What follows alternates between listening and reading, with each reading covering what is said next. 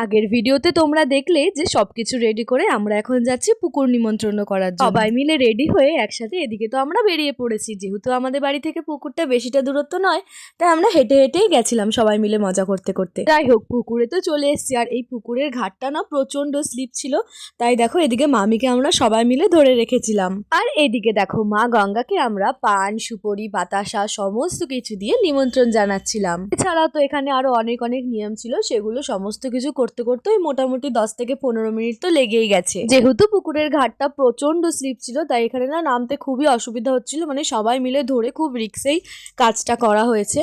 এখানকার সমস্ত কাজবাজ মিটিয়ে বাড়িতে গিয়ে ভালো করে ফ্রেশ হয়ে আমরা সবাই বসবো এখন মেহেন্দি পড়ার জন্য।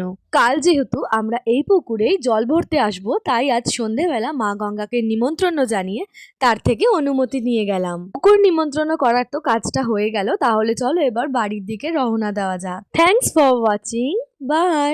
দেখা হচ্ছে নেক্সট ভিডিওতে।